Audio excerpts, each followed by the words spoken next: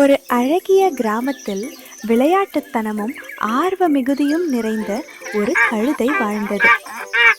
ஒரு காலை வேளையில் அந்த கழுதை காட்டு எல்லை பகுதியில் சுற்றித் திரிந்தது. அப்போது தரையில் ஏதோ வித்தியாசமாக கிடப்பதை பார்த்தது. ஓ, என்ன இது? சிங்கத்தின் தோலா?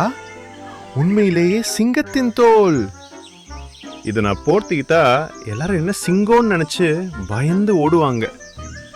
பார்க்க வேடிக்கையா இருக்கும். கழுதை சுற்றி பார்த்தது. யாரும் கவனிக்கவில்லை. அது சிங்கத்தின் தோலை தன் உடலில் போர்த்திக் கொண்டது. அந்த தோல் கனகச்சிதமாக கழுதைக்கு பொருந்தியது. இப்போ நான் தான் இந்த காட்டுக்கு ராஜா. வலிமையாகவும் பெருமையாகவும் உணர்ந்த கழுதை கர்வமாக வயலின் வழியாக நடந்து செல்ல ஆரம்பித்தது. சிங்கராசா வாரார், எல்லாரும் தப்பித்து ஓடுக. எச்சரிக்கை, எச்சரிக்கை, சிங்கம் வருது. குட்டிகளை ஒளிச்சு வை. அனைத்து பிராணிகளும் பீதியில் ஓடின. கழுதை ராஜாவுக்கு ரொம்ப பிடித்து போனது. அங்கு பசுமையாக தானியமும் சாறு நிறைந்த காய்கறிகளும் அதன் கண்களில் பட்டது.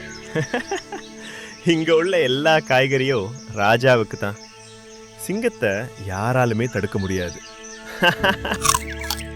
கண்ணில் பட்டதையெல்லாம் பறித்து தின்னத் தொடங்கியது.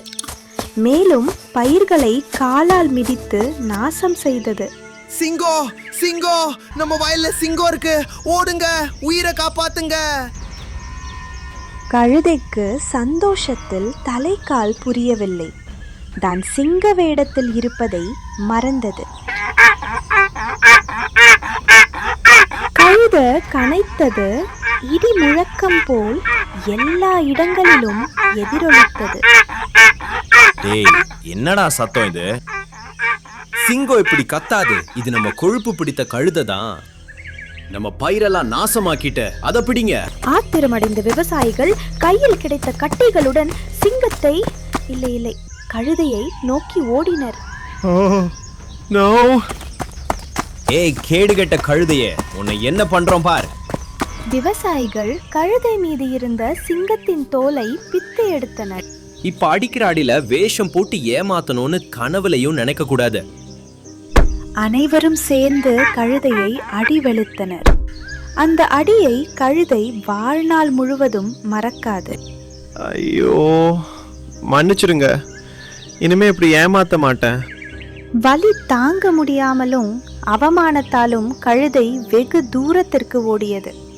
அன்று முதல் அது மற்றவர் போல் நடிக்க வேண்டும் என்று கனவிலும் நினைக்கவில்லை. மற்றவர் போல நடிப்பது சில நேரம் சந்தோஷத்தை கொடுக்கலாம். உண்மை ஒரு நாள் வெளிப்படும்.